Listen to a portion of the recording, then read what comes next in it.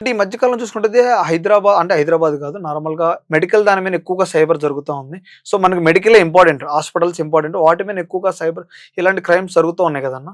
దీన్ని ఎలా అరికట్టుకోవచ్చు మరి వాళ్ళు ఇవన్నీ?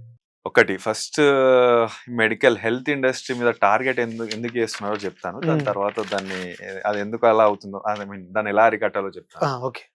Medical history or medical data ఏంటి అంటే అందులో మాక్సిమం జెన్యూన్ ఇన్ఫర్మేషన్ ఉంటుంది ఒక మనిషికి సంబంధించి. హ్మ్. మీ ఏజ్, మీ హెల్త్ ఇష్యూస్, మీ పాన్ కార్డ్, మీ ఆధార్ కార్డ్, మీ హైట్, వెయిట్, మీకున్న రోగాలన్నీ వాళ్ళ దగ్గర ఉంటుంది. అవును. ఒక హాస్పిటల్‌కెళ్తే హ్మ్. వాడు మొత్తం ఏ టు జెడ్ డేటా తీసుకొని పెట్టుకుంటాడు మీ దగ్గర. హ్మ్. సో, ఈ డేటాని వాళ్ళు ఎట్లా యూజ్ చేసుకుంటారంటే హ్యాకర్స్ ఒకటి. ఆ డేటా అంతా వాళ్ళ దగ్గర ఉంటే వాడు ఫేక్ ఇన్స్యూరెన్స్ క్లెయిమ్ చేసుకోవచ్చు. ఓకే. ఆ! ఇంకొకటి ఆ డీటెయిల్స్ అన్నీ యూజ్ చేసి ఫేక్ ఒకటి ఐడెంటిటీ క్రియేట్ చేయొచ్చు వేరే మనిషికి. హ్మ్. ఎందుకంటే అది మొత్తం జెన్యూన్ ఇన్ఫర్మేషన్. మూడోది ఆహ్, ఈ ఇన్ఫర్మేషన్ తోటి కొన్ని బ్లాక్ మార్కెట్‌లో కొన్ని డ్రగ్స్ అమ్ముతా ఉంటారు. హ్మ్. ఆ డ్రగ్స్ మనకు బయట అవైలబుల్ ఉండవు. గవర్నమెంట్ బ్యాన్ చేస్తది లేకపోతే రిస్ట్రిక్ట్ చేస్తది. హ్మ్. సో, వాళ్ళు ఈ హ్యాకర్స్ ఏం చేస్తారు మెడికల్ డేటా యూజ్ చేసుకొని ఫేక్ ప్రిస్క్రిప్షన్ జనరేట్ చేసి ఆ డ్రగ్స్ కొని ఈ ఈ ప్రిస్క్రిప్షన్ ఉంటే ఆ డ్రగ్స్ ఇస్తారు. ఓకే. ఆ డ్రగ్స్ తీసుకొని బ్లాక్ మార్కెట్‌లో ఎక్కువ రేట్‌కి అమ్ముతారు. ఓహ్! అలాంటి పనులు కూడా చేస్తారు. హ్మ్. సో, వీటి కోసం అని చెప్పేసి ఈ ఎక్కువ హెల్త్ కేర్ సిస్టమ్‌ని టార్గెట్ చేస్తారు. అవును. ఎందుకు హెల్త్ కేర్ సిస్టమ్ అంత అంటే అంత వీక్ ఉంది అంటే వాళ్ళు బేసిక్‌గా ఈ సైబర్ సెక్యూరిటీ మెజర్స్ మీద ఫాలో చేయరు. హ్మ్. సిస్టమ్స్ అప్‌గ్రేడ్ చేయడం, లేకపోతే వాళ్ళ స్టాఫ్‌ని ట్రైన్ చేయడం. నార్మల్‌గా ఇప్పుడు టెక్నాలజీ కంపెనీస్ అనుకోండి ఆర్ బ్యాంకింగ్ కంపెనీస్ అనుకోండి, కొంచెం ఇవన్నీ పట్టించుకుంటాయి. వాళ్ళ సర్వర్స్ ఎట్లున్నాయి, ఎట్లా అంటే సెక్యూరిటీ మెజర్స్ ఎట్లున్నాయని. బట్ హెల్త్ కేర్‌కొచ్చేసరికి కొంచెం నెగ్లిజెన్స్ మేబీ వాళ్ళకి ఐడియా లేకపోవడం వల్లనో, లేకపోతే వాళ్ళు మేబీ యాంటిసిపేట్ చేయలేకపోవడం వల్లనేమో ఈ అటాక్స్ జరుగుతాయి. బట్ కొంచెం అదర్ కంపెనీస్, అదర్ సెక్టార్స్‌తో కంపేర్ చేస్తే హెల్త్ కేర్ సెక్టార్ సెక్యూరిటీ అనేది కొంచెం వీక్ ఉంది. బట్ ఇప్పుడు కొంచెం వాళ్ళకి కూడా అవేర్‌నెస్ పెరుగుతుంది. వాళ్ళు కూడా ఒక సైబర్ సెక్యూరిటీ టీమ్స్ సెటప్ చేసుకొని మెజర్స్ ఫాలో అవుతున్నారు. బట్ ఇంకా చాలా ఇంప్రూవ్ అవ్వాలి. అంటే పెద్ద పెద్ద హాస్పిటల్‌కి వీఐపీస్ యాహ్! వస్తా ఇప్పుడు ఉంటారు. మేజర్ కార్పొరేట్ హాస్పిటల్స్ వాళ్ళు ఇంప్లిమెంట్ చేస్తున్నారు ఈ సైబర్ సెక్యూరిటీ మెజర్స్. బట్ చిన్న చిన్న ఇప్పుడు ఫర్ ఎగ్జాంపుల్ 2 టియర్ సిటీస్‌లో కరీంనగర్, వరంగల్ అలాంటి సిటీస్‌లో ఆహ్, మల్టీ స్పెషాలిటీ హాస్పిటల్స్ అంటారు. హ్మ్.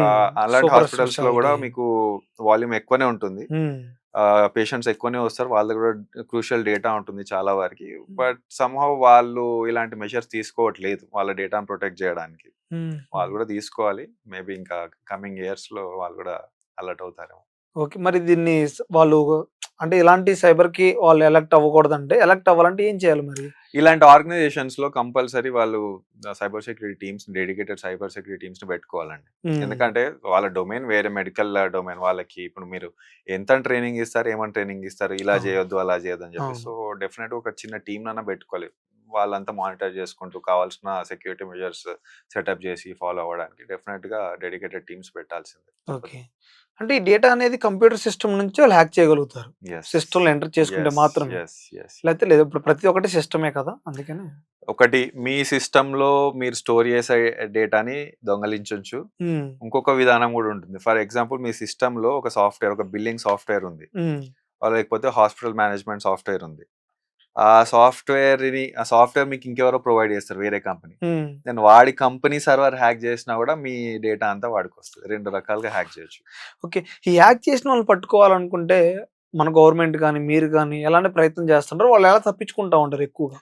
బేసిక్‌గా హ్యాక్ చేసే వాళ్ళని పట్టుకోవడం చాలా కష్టం. ఎందుకంటే వీళ్ళు డిఫరెంట్ డొమైన్స్ వాడతారు. డిఫరెంట్ సర్వర్స్ వాడతారు.